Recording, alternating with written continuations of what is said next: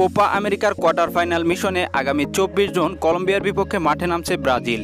টুর্নামেন্টে পরপর 2 ম্যাচ জিতে দারুণ ফর্মে রয়েছে ব্রাজিল। টুর্নামেন্টের প্রথম ম্যাচে ভেনেজুয়েলাকে 3-0 গোলে হারায় তারা।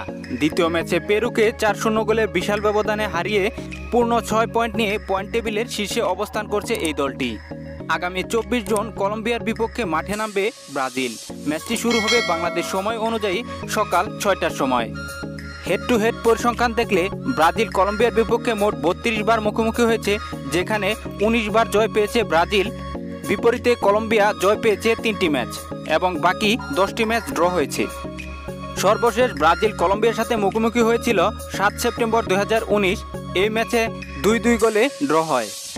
সর্বশেষ ব্রাজিলের 5 ম্যাচ পরিসংখ্যান দেখলে দেখা যাচ্ছে যে ব্রাজিল পেরুকে 4-0 গোলে হারিয়েছে এবং ব্রাজিল ভেনেজুয়েলাকে 3-0 গোলে হারিয়েছে, প্যারাগুয়েকে 2-0 গোলে হারিয়েছে, ইকুয়েডরকে 2-0 গোলে হারিয়েছে এবং উরুগুয়েকে 2-0 গোলে হারিয়েছে।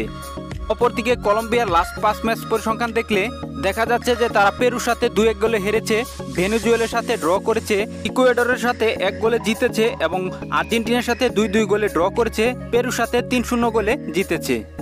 তবে পরিসংখ্যান যাই বলুক, দেখার বিষয় মাঠে কে ভালো খেলে এটাই এখন দেখার বিষয়। তবে ব্রাজিল রয়েছে দুর্দান্ত ফর্মে। এখন দেখার বিষয় কলম্বিয়া কি পারবে ব্রাজিলকে ঠেকাতে। অবশ্যই বন্ধুরা কমেন্ট বক্সে জানিয়ে দিবেন এই ম্যাচে কোন দল জিতবে। অবশ্যই বন্ধুরা আপনার মতামতটি কমেন্ট বক্সে জানিয়ে দিবেন। তো বন্ধুরা মূলত এই ছিল আজকের এই ভিডিওটি ভালো লাগলে অবশ্যই বন্ধুরা ভিডিওটিতে একটি লাইক দিয়ে দিবেন।